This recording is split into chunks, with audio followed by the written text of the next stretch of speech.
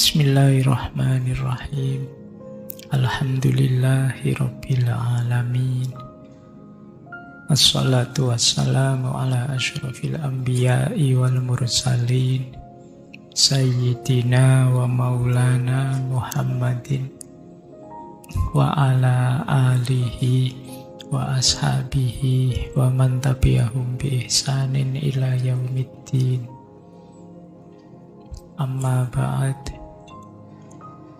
Bismillah. Mari kita lanjutkan lagi ngaji kita.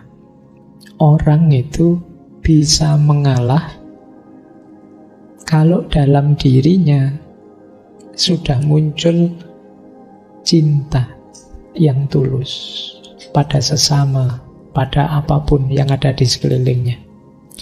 Tanpa adanya cinta, mengalah tadi mungkin hanya strategi untuk lagi-lagi memanjakan ego. Seolah-olah ya sudah, saya ngalah, kamu saja yang menang. Tapi di balik itu ada kepentingan lain. Kenapa bisa begitu? Ya karena tidak didahului dengan karakter cinta. Maka tantangan wani ngalah tadi kelihatannya sederhana. Alah Pak, cuma ngalah saja kan begitu, saya bisa. Enggak. Ada prasyaratnya. Antara lain apa? Ngalahmu itu harus terbentuk karena ada rasa cinta. Dari cinta itu kan nanti muncul kepedulian, namanya care. Dan ingin memberi yang terbaik pada yang kamu cintai, namanya responsibility. Tanpa adanya cinta mungkin kamu ngalah, tapi ngalahmu biasanya masih ada pamrihnya. Tidak demi dia, tapi demi dirimu. Jadi mengalah itu bisa disebut manifestasi dari cinta yang tulus. Tanpa ada cinta, mengalahmu belum tuntas. Dengan adanya cinta, mengalah itu nanti jadi manifestasi keikhlasanmu, manifestasi pengorbananmu atas nama cinta. Baik, ini tidak perlu saya jelaskan lama-lama ya. Kalau tentang cinta kalian sudah tinggi wawasannya, infonya sudah banyak. Saya lanjutkan. Yang penting yang keempat sudah ya. Jadi ternyata ada hakikat cinta di balik mengalah. Orang yang benar-benar jatuh cinta bisa dilihat hidupnya saling mengalah, bukan saling egois. Jadi kalau cinta kok masih saling menuntut, masih menuntut untuk dibahagiakan, dipuaskan, dinyamankan, ini masih negosiasi, masih belum cinta. Aku memberi apa, kamu memberi apa. Tapi kalau sudah cinta yang tulus, isinya tadi saling mengalah. Aku memberi yang terbaik untuk dirimu, kamu memberi yang terbaik untuk diriku. Karena kita sama-sama memberikan yang terbaik, ya kita sama-sama meningkat pesat. Maka orang yang saling mencintai itu kan, kalau ini cintanya tulus, ya kualitas dirinya naik pesat gara-gara cintanya. Yang semula tidak begini sekarang bisa, yang semula biasa-biasa bisa luar biasa ketika orang jatuh cinta. Itu hebatnya energi cinta. Hanya bisa ditandingi oleh energi patah hati. Ya, patah hati juga energinya luar biasa. Ya manfaatkan energi itu ya. Energi itu kan penting. Kalian kalau tambah energi kan tidak bersemangat apa-apa. Ya siapa tahu ada yang banyak patah hati, nanti kita bisa bikin pembangkit listrik tenaga patah hati. Baik. Ya kan tidak butuh batu bara, tidak butuh lagi. Baik, kita lanjutkan. Ini yang keempat, hakikatnya mengalah. Yang kelima, kenapa sih orang bisa mengalah? Karena jiwanya adalah jiwa yang luas. Hatinya hati yang pemaaf. Orang yang ngalah itu kan kuncinya 3. Dia mengutamakan yang lain, mendahulukan yang lain, dan memaafkan yang lain. Ini kan seorang pengalah. Nah, berarti apa? Selain penuh cinta, Orang yang mengalah itu sebenarnya punya karakter pemaaf. Hatinya luas. Dan memaafkan ini penting. Ada cerita mungkin ya teman-teman, pernah saya singgung beberapa kali kemarin waktu Maulid Nabi. Rasulullah itu kan pernah satu ketika ada tetangga beliau, orang Yahudi yang benci sekali sama beliau. Setiap kali Rasulullah berangkat sholat subuh pagi-pagi, selalu diludahi oleh orang ini. Begitu lihat Rasulullah lewat, diludahi, cus pokoknya. Ya, dan Rasulullah ini karena jiwanya sangat luas, sangat pemaaf, pengalah, kalau dalam istilah malam hari ini, ya beliau terima saja itu. Nah, pada akhirnya satu ketika setelah berhari-hari seperti ini terus, tiba-tiba satu pagi ketika Rasulullah berangkat ke masjid, tidak ada yang meludahi. Malah heran Rasulullah, loh ini mana ludahnya yang tiap hari datang. Akhirnya beliau tanya pada orang di situ, ini mana orang ini yang biasa meludahi saya? Oh, beliau Rasulullah sedang sakit, makanya tidak sempat meludah. Ya kalau sakit masih nyempet-nyempetin meludah, ya kebangetan. Nah, begitu tahu sakit, Rasulullah terus dengan kebesaran hati beliau, sifat pemaaf dan pengalah beliau, ya terus didatangi orang ini. Dan orang ini betapa tersentuh hatinya, karena ternyata engkau yang orang tiap hari aku ludahi adalah orang pertama yang menjengukku waktu sakit. Ini kan luar biasa, jiwa pecinta, jiwa pemaaf, jiwa pengalah. Dengan contoh ini kalian boleh bilang mengalah ternyata memang bukan berarti kalah. Pada akhirnya kan tetap yang menang Rasulullah. Orang ini kan terus jadi masuk Islam. Nah, mungkin saja dengan mengalahmu ada banyak keberhasilan, kesuksesan, buah dari mengalahmu yang lain. Nah, ini penting. Ya, memaafkan itu kan nilai yang mulia. Di situ saya tulis, memaafkan itu membahagiakan, meskipun berat. Yang pertama apa? Dengan kita memaafkan, itu mengurangi kegelisahan kita, mengurangi kegelapan hati kita. Orang yang tidak memaafkan itu kan orang yang dendam. Orang yang dendam itu ya orang yang gelisah, tidak nyaman. Jadi kalau bisa ya kamu buang saja beban itu. Ngapain diam-diam kamu membebani dirimu dengan dosanya orang lain kalau itu dosa. Jadi kurangi dengan cara memaafkan. Kurangi juga dengan cara mengalah tadi. Ya, dengan kita memaafkan kan nanti mengurangi rasa marah, mencegah perilaku tidak terkontrol. Kadang-kadang kan kita itu karena saya disakiti, saya harus balas menyakiti. Sana juga begitu, saya disakiti, balas-balasan, tidak ada akhirnya nantinya. Hidup kita dan waktu kita habis sia-sia hanya untuk balas-balasan.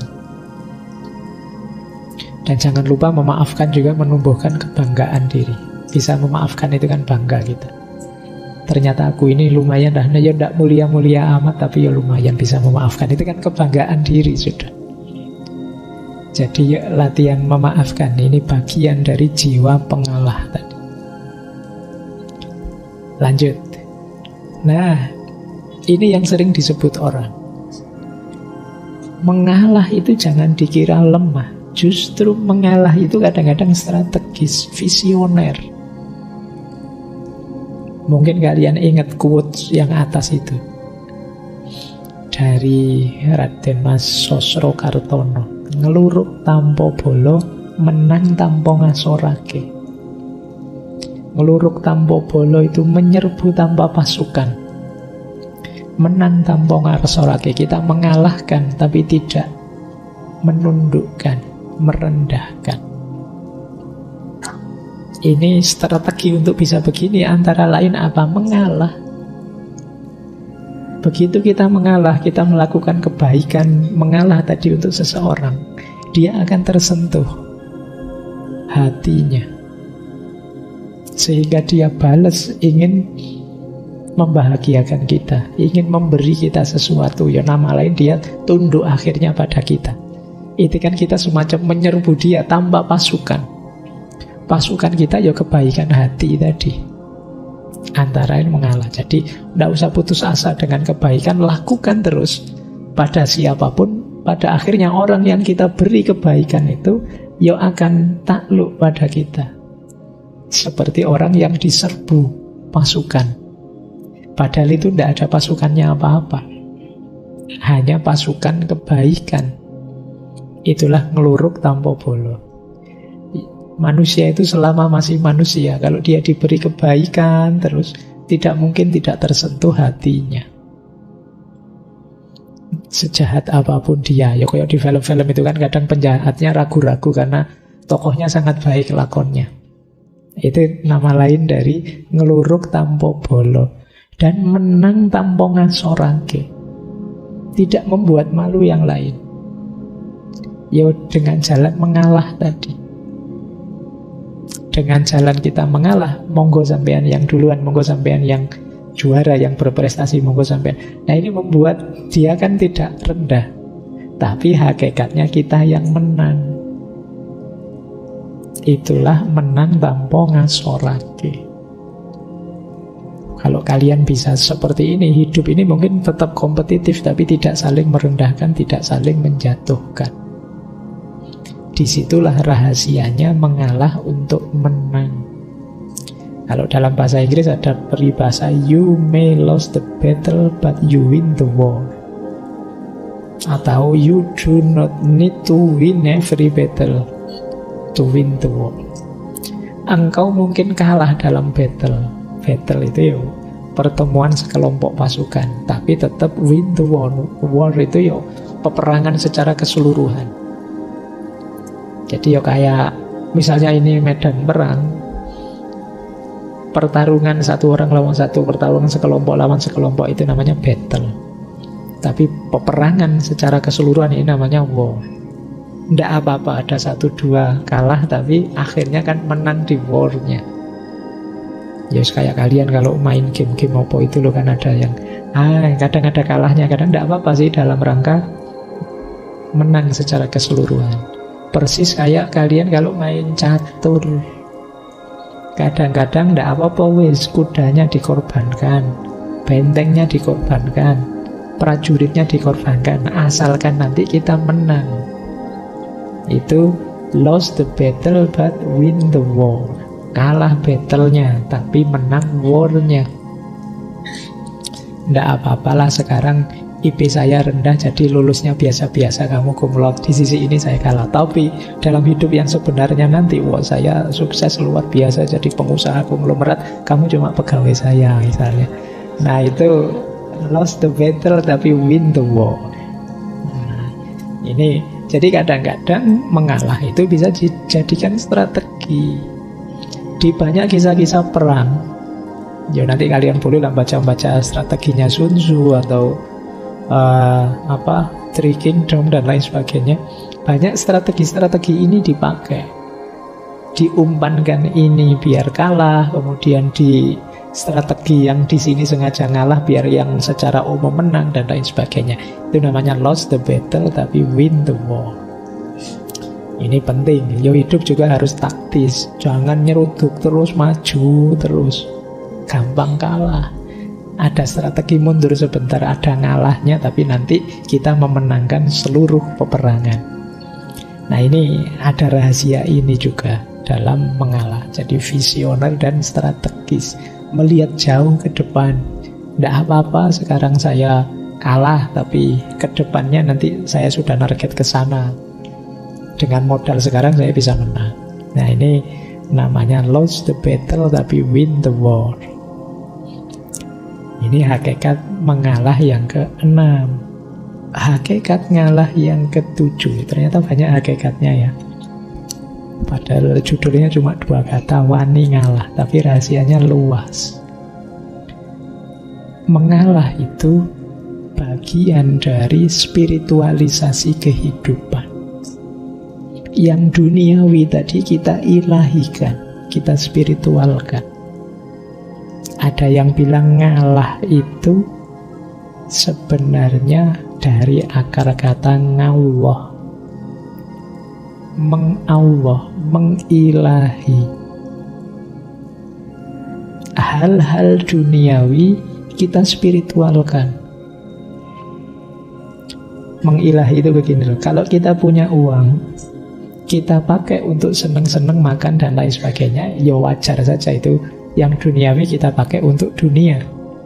Tapi ketika uang ini kita sedekahkan untuk fakir miskin, anak yatim dan lain sebagainya, berarti uang ini kita spiritualkan, kita ilahikan. Nah, mengalah juga punya logika seperti itu. Biarlah aku membahagiakanmu, biarlah aku berikan ini untukmu, itu kan ngalah. Tapi dengan ini yang aku berikan tadi, kalau aku nikmati sendiri, ya itu nilainya biasa saja. Tapi begitu aku berikan padamu, nilainya jauh berbeda. Sekarang dia bersifat spiritual. Sama-sama uangnya dibuat main dengan dibuat sedekah, itu kan beda. Ketika dibuat sedekah, uang ini jadi spiritual. Kemenangan kita juga begitu, kepemilikan duniawi kita juga begitu. Nah, cara menspiritualkan antara lain dengan cara mengalah tadi. Jadi, menspiritualkan peristiwa sebagai sarana menuju Allah. Tidak lagi fokus pada keuntungan atau kemanfaatan duniawi. Inilah hakikatnya mengalah. Sudah ada 7 hakikat mengalah. Nah, ganti sekarang, hakikat sudah ya. Sekarang karakter pendukung. Pak, kok berat Pak saya mau mengalah itu? Latih pertama kali dengan membentuk karakter. Ada 4 karakter yang bisa memudahkan kita mengalah. Yang pertama, empati. Empati itu kemampuan kita memposisikan diri di tempatnya orang lain. Itu empati. Orang yang kuat empatinya lebih mudah mengalah. Iya ya, seandainya saya seperti temanku itu. Nah, ini namanya kemampuan empati. Mungkin aku sesedih dia, mungkin aku ya stres seperti dia. Ini namanya kemampuan empati. Kenapa tadi kamu bisa mengalah? Karena aku bisa merasakan yang dia rasakan. Kalau saya kalah, gagal, wah sedihnya mesti berat sekali. Wah, dia juga pasti begitu. Sudahlah, kamu dulu saja, tidak apa-apa. Nah, jadi kemampuan empati itu bisa lahir ketika mengalah itu bisa lahir ketika teman-teman bisa empati. Latihanlah berempati ya. Sering-sering membayangkan dirimu di posisinya orang lain. Sekarang kan banyak orang yang lepas kontrol.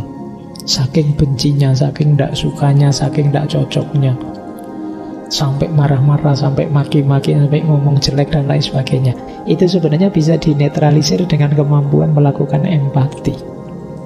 Seandainya aku dia, pingin aku misuh-misuh seperti itu, tapi seandainya aku yang dipisui seperti itu, apa ya? Nyaman. Tidak usahlah nanti sakit. Sebagaimana kalau saya digituin juga sakit. Ini namanya kemampuan melakukan empati. Yang kedua, believe in a just world. Percayalah bahwa dunia ini masih bisa adil. Keadilan masih mungkin ditegakkan. Positiflah, optimislah. Karena kalau kamu pesimis, tidak percaya ada keadilan, sulit untuk ngalah. Wah, nanti saya sudah ngalah malah ciloko dewe saya Pak. Nanti susah sendiri. Itu namanya kan kita tidak percaya pada just world.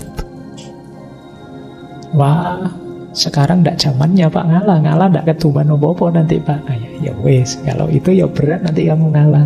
Kamu harus believe in a just world. Percaya dunia ini adil.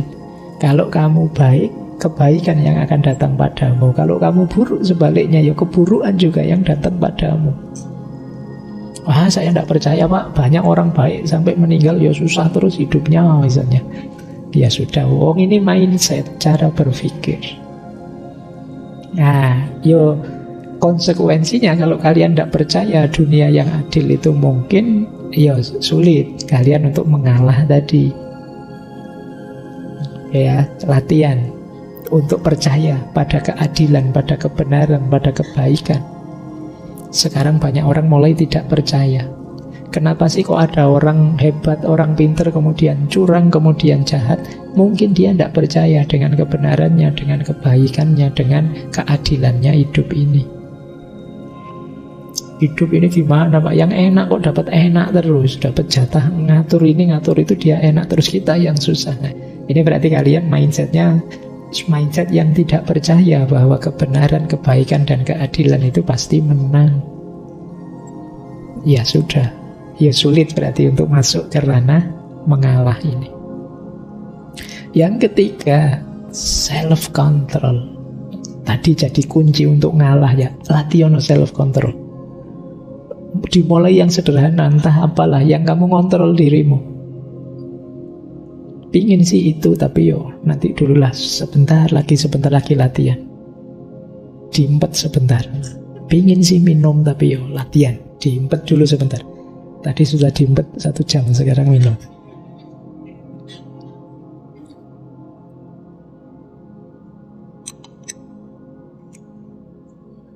Jadi ini yang disebut self-control. Kamu sengaja saja latihan. Subuh misalnya, habis sholat subuh, ingin sebenarnya tidur Pak, latihan tidak tidur. Oh, itu hebat kalau mau latihan. Sebenarnya saya tidak ingin tidur Pak, saya nyoba tidur. Ya, itu mau balik ingin enak kamu. Latihan ya, mengendalikan diri. Masuk warung juga begitu. Mau ngambil ini, ngambil itu, ditahan, latihan. Ngambil yang murah saja, kamu bawanya juga duit sedikit. Itu juga self-control. Latihan menahan diri. Dan yang keempat, latihan nyapih ego tadi. Jadi latihan menyapih ego itu sekali-sekali kamu tunjukkan pada dirimu sendiri bahwa ternyata aku itu ya lemah. Ternyata kadang-kadang aku itu ya keliru. Ternyata yang kuinginkan kadang-kadang juga tidak baik, ada jeleknya juga. Ternyata cita-citaku juga tidak selalu positif. Ini namanya latihan untuk nyapih ego. Biar kamu tidak merasa besar, merasa hebat, merasa paling pinter, merasa paling jago. Terus kalau bahasa Jawa ini akhirnya kamu ngendas-endasi yang lain.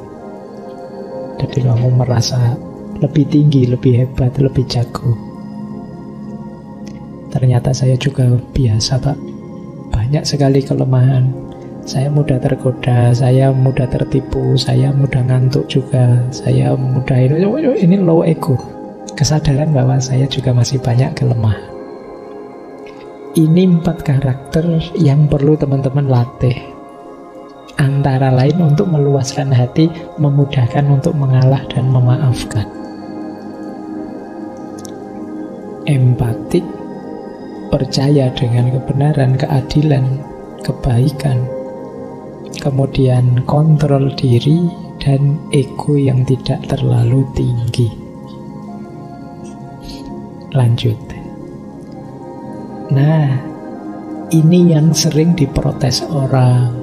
Pak, opo kita terus-terusan mengalah dalam hidup inilah, tidak maju-maju kita, tidak sukses-sukses kita. Iya, tentu saja tidak semua dimensi hidup kita mengalah. Mengalah itu salah satu solusi dalam hidup.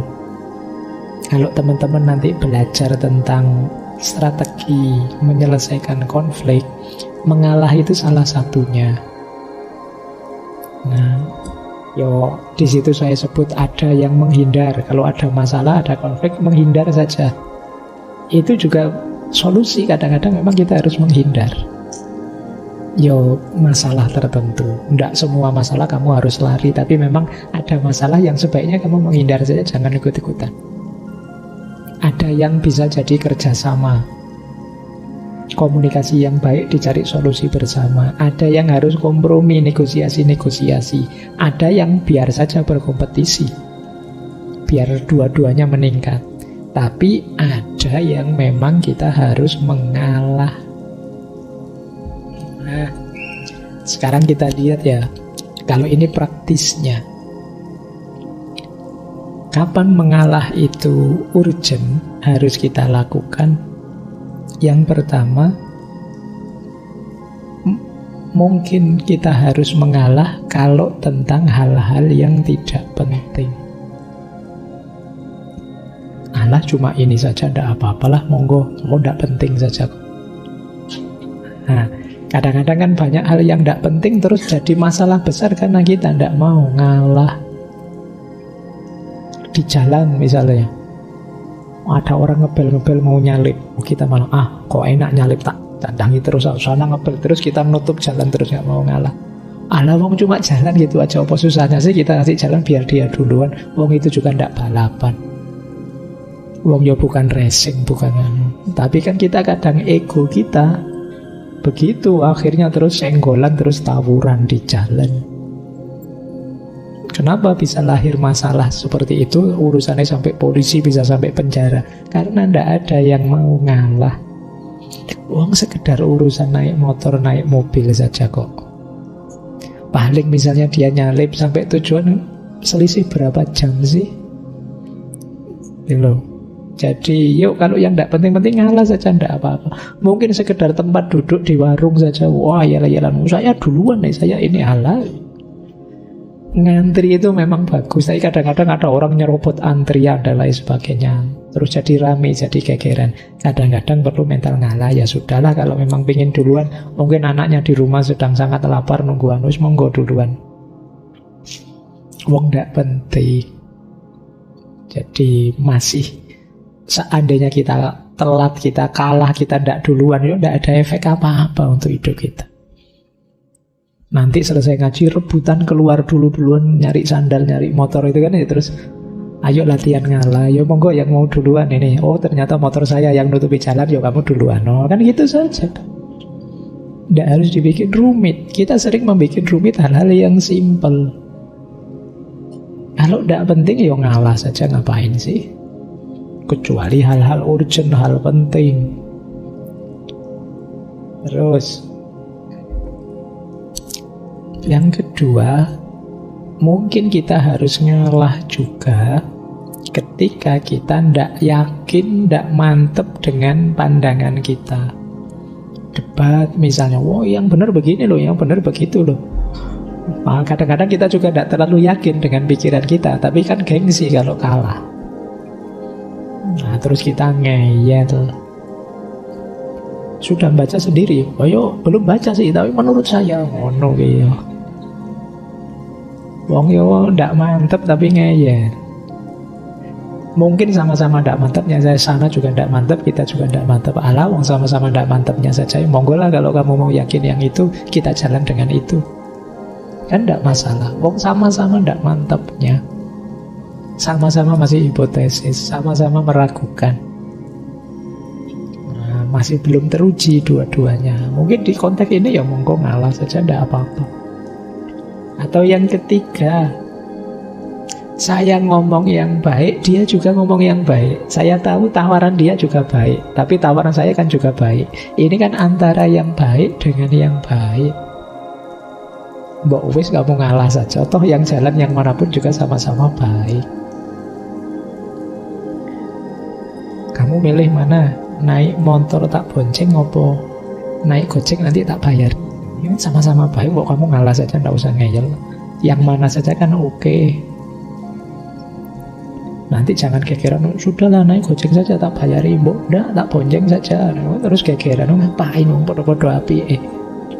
Sudah ditetapkan salah satu, kamu ngalah, ya sudahlah kalau kamu pengen bonceng, ayolah. Kan gitu saja selesai. Gitu loh. Kamu milih mana nanti? Itu kan tempat duduk saya, misalnya. Saya biasanya ngaji di situ kok. Ya sudah, kamu pakai tempat duduk saya, apa saya pakai tempat dudukmu, itu ya podo wae lah, wong ngaji cuma di sini, saya sama-sama baik, sama-sama ngaji. Kadang-kadang kita itu berhadapan dengan pilihan yang baik dengan yang baik, karena memang basicnya kita ini kan orang-orang baik dalam tanda petik ya, tidak jahat sama sekali. Saya menginginkan kebaikan, dia juga menginginkan kebaikan kok. Cuma sudut pandangnya saja beda. Dalam konteks ini mungkin ya mengalah bisa jadi solusi biar tidak ada masalah yang tidak perlu.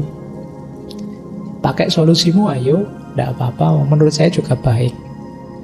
Solusiku kalau kamu mau ini. Kan gitu saja. Yang terakhir, kadang-kadang kita perlu mengalah